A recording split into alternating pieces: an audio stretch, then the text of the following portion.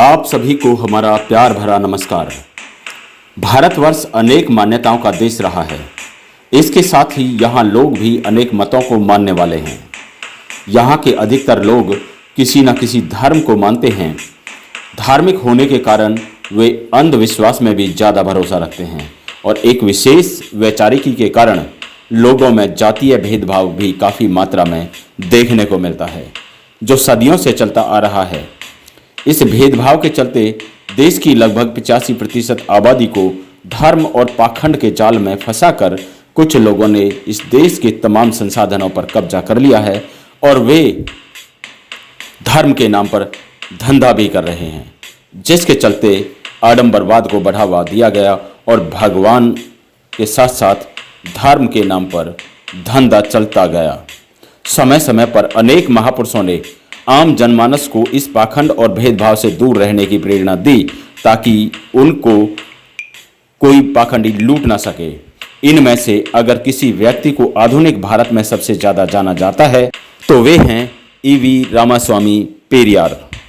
पेरियार के नाम से मशहूर इस महापुरुष ने भारतीय जनमानस को नई ऊर्जा दी। उनके विचार धार्मिक अंधविश्वास और पाखंड पर करारा तमाचा हैं।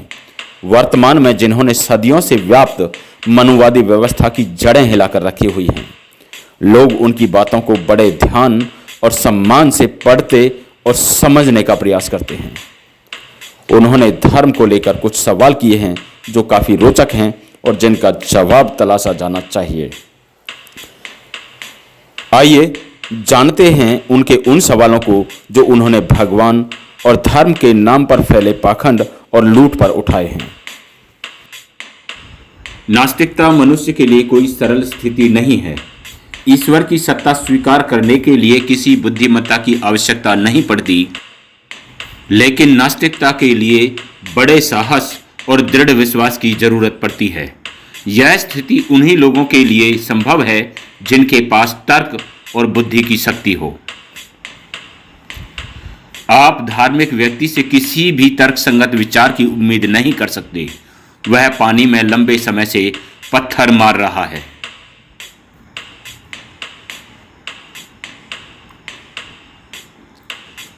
मैंने सब कुछ किया।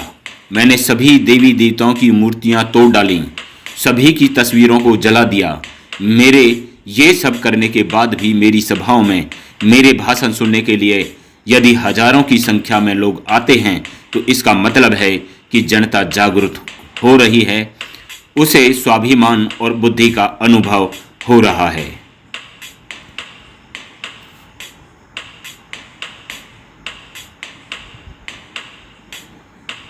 शास्त्र, पुराण और उनमें दर्ज देवी देवताओं में मेरी कोई आस्था नहीं है, क्योंकि वे सारे के सारे दोषी हैं। मैं जनता से उन्हें जलाने और नष्ट करने की अपील करता हूं। ब्राह्मण हमें अंधविश्वास में निष्ठा रखने के लिए तैयार करता है, जबकि वो खुद आरामदायक जीवन जी रहा है। अछूत कहकर तुम्हारी निंदा करता है। मैं आपको सावधान करता हूं कि उनका विश्वास मत करना।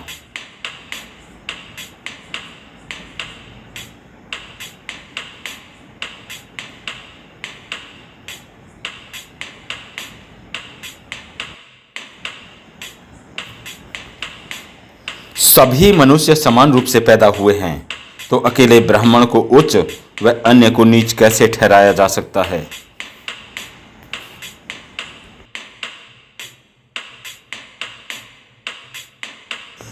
आप अपनी मेहनत की गाढ़ी कमाई इन मंदिरों में लुटाते हो।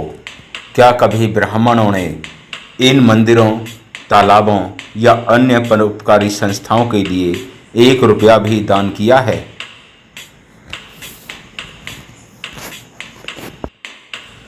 ना कोई देवी है, ना कोई देवता है। जिसने इनका आविष्कार किया वह धूर्त है। जो भगवान का प्रचार करता है वह बदमाश है और जो भगवान की पूजा करता है वो मूर्ख है। अगर देवी देवता ही हमें नीच जाति बनाने का मूल कारण है तो ऐसे देवताओं को नष्ट कर दो। अगर धर्म है तो इसे मत मानो। अगर मनुस्मृति, गीता या अन्य कोई पुराण है तो उसे जलाकर राख कर दो। अगर ये मंदिर हैं या त्योहार हैं तो इनका बहिष्कार कर दो। यदि हमारी राजनीति ऐसा करती है तो उसका खुले रूप में पर्दाफाश करो। द्रविड़ कड़गम आंदोलन का लक्ष्य है इस आर्य ब्राह्मणवादी और वर्ण व्यवस्था का अंत कर देना, जिसके कारण समाज ऊंच और नीच जातियों में बांटा गया है। यह आंदोलन उन सभी शास्त्रों, पुराणों और देवी देवताओं में आस्था नहीं रखता जो वर्ण तथा जाति व्यवस्था को जैसे का तैसा बनाए रखे हैं। ब्राह्मणों ने हमें शास्त्रों और पुराणों की सहायता से गुलाम बनाया है। उसने अपनी स्थिति मजबूत करने के लिए मंदिर, ईश्वर और देवी देवताओं की रचना की है। हमारा देश तभी आज़ाद समझा जाएगा जब हमारे ग्रामीण लोग देवी देवताओं, धर्म, अधर्म, जाति और अंधविश्वास से छुटकारा पा जाएंगे। विदेशी लोग दूसरे ग्रहों पर अंतरिक्ष यान भेज रहे हैं, जबकि हम श्राद्धों में ब्राह्मणों के द्वारा परलोक में बसे अपने पूर्वजों को चावल और खीर भेज रहे हैं। क्या यह बुद्धिमानी है?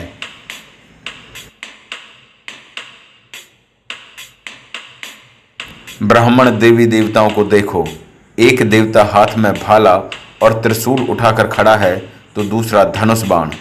अन्य दूसरे देवी देवता कोई गुरुज, खंजर और ढाल के साथ सुशोभित हैं। यह सब क्यों है? यह किसको मारने के लिए है? उन देवताओं को नष्ट कर दो जो तुम्हें शूद्र कहें। उन पुराणों और इतिहास को ध्वस्त कर दो जो देवता को शक्ति प्रदान करते हैं। उन देवता की पूजा करो जो वास्तव में दयालु, भला और बोधगम्य है।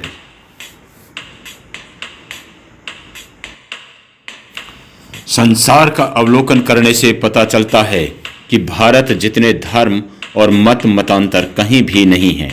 यही नहीं, इतने धर्मांतरण, धर्म परिवर्तन दूसरी जगह कहीं भी नहीं हुए हैं। यह इसलिए हुआ कि निरक्षर और गुलाम प्रवृत्ति के कारण भारतीयों का धार्मिक शोषण करना आसान है। आर्यों ने हमारे ऊपर अपना धर्म थोपकर असंगत, निरर्थक और अविश्वसनीय बातों में हमें फांसा। अब हमें उन्हें छोड़कर ऐसा धर्म ग्रहण कर लेना चाहिए जो मानवता की भलाई में सहायक सिद्ध हो। ब्राह्मणों ने हमें शास्त्रों और पुराणों की सहायता से गुलाम बनाया है और अपनी स्थिति मजबूत करने के लिए मंदिर, ईश्वर और देवी देवताओं की रचना की है। सभी मानव एक हैं। हमें भेदभाव रहित समाज चाहिए। हम किसी को प्रचलित सामाजिक भेदभाव के कारण अलग नहीं कर सकते। समय बदल रहा है। ब्राह्मणों को नीचे आना होगा, तभी वे आदर से रह पाएंगे। नहीं तो एक दिन उन्हें बलपूर्वक और देश आचार के अनुसार ठीक होना होगा। भारतीय समाज को जागरूक करने में भारतीय संविधान निर्माता डॉक्टर भीमराव अंबेडकर के पश्चात अगर किसी महान समाज सेवी का नाम लिया जाता है तो वे हैं EVR रामास्वामी पेरियार। पेरियार साहब डॉक्टर अंबेडकर के समसामयिक थे और वो बाबा साहब के विचारों से काफ़ी प्रभावित हुए और उन्होंने आगे चलकर उन्हीं की विचारधारा को आगे भी बढ़ाया। जहां बाबा साहेब डॉक्टर भीमराव अंबेडकर हिंदू धर्म को छोड़कर बौद्ध धर्म में शामिल हो गए, लेकिन वहीं पेरियार साहब ने हिंदू धर्म में रहते हुए हिंदू धर्म की बुराइयों को उजागर किया और इसके साथ साथ लोगों को प्रोत्साहित किया। दक्षिणी भारत के तमिलनाडु राज्य में आज DMK की सरकार है और यह काफ़ी लंबी समय से चलती आ रही है। यही कारण है कि वहाँ के लोग इतने जागरूक हैं क्योंकि उन्होंने पेरियार साहब की विचारधारा पर अमल किया और उन्होंने समझा कि किस तरह से भारतीय समाज को मनुवाद व्यवस्था ने छिन्न भिन्न करके रख दिया था। उनकी इन्हीं जागृति के कारण आज मनुवादी व्यवस्था वहाँ से लगभग नदारद सी दिखाई देती है। कुछ समय पहले तक पेरियार साहब के विचार सिर्फ दक्षिणी भारत तक ही सीमित रह गए थे, लेकिन वर्तमान समय में सोशल मीडिया के प्रभाव के कारण उत्तरी भारत में भी ये विचार काफ़ी प्रासंगिक दिखाई दे रहे हैं और लोगों में जन जागृति का एक नया दौर शुरू हुआ है।